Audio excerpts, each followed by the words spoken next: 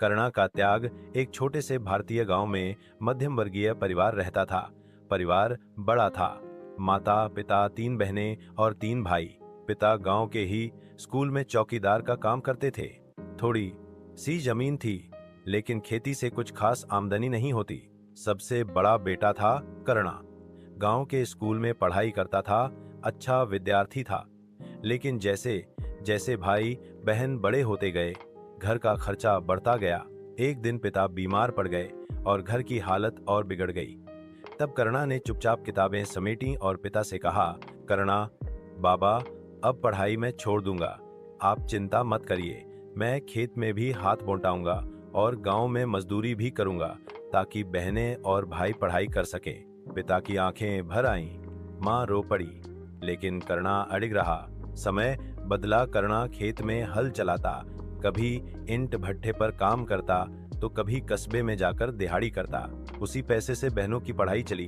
उनकी शादियां अच्छे घरों में हुईं। भाइयों ने कॉलेज जाकर शहरों में नौकरी पाई। करुणा को खुद के लिए कभी कुछ सोचने का वक्त ही नहीं मिला। शादी भी नहीं की। उसका सपना सिर्फ इतना था, मेरे भाई बहन सुखी रहें, पढ़ लिख कर इज्जत पाएं। कई साल बाद गांव का वही घर भाई अब बड़े आदमी बन चुके थे। बहनें ससुराल में आराम से रहती थीं। एक दिन गांव में सब इकट्ठा हुए। जायदाद और पैसों की बात चली। करुणा ने बस इतना कहा, करुणा, भाइयों, यह घर और जमीन हमारे माँ बाप की निशानी है। इसे मत बांटो, मिलकर रहो। लेकिन उसके शब्दों को किसी ने तवज्जो नहीं दी। छोटा भाई अहंकार से, करुणा, तूने किया ही क्या है? तू तो बस गांव में रह गया, न नौकरी न कमाई। अब हमें मत सिखा, तू हमारे लिए बोझ है। एक बहन ताने मारते हुए, हाँ भैया, तूने अपनी जिंदगी बिगाड़ी तो इसमें हमारा क्या कसूर?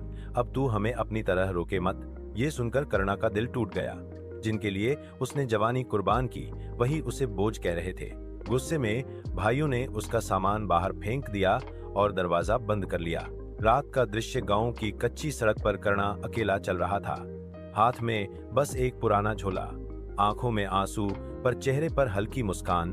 करुणा अपने आप से, मैंने खेत खलिहान से लेकर भट्ठे तक काम किया, सिर्फ इनके लिए। भूखा रहा, सपने छोड़े, ताकि मेरे भाई बहन पढ़ लिख कर इज्जत पा सके। आज उन्होंने ही मुझे घर से निकाल दिया, लेकिन कोई बात नहीं।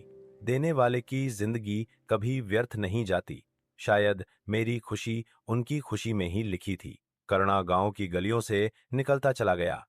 पीछे छूट गईं यादें, त्याग और वो घर जहां अब भी उसकी कुर्बानियों की गूंज सुनाई देती थी।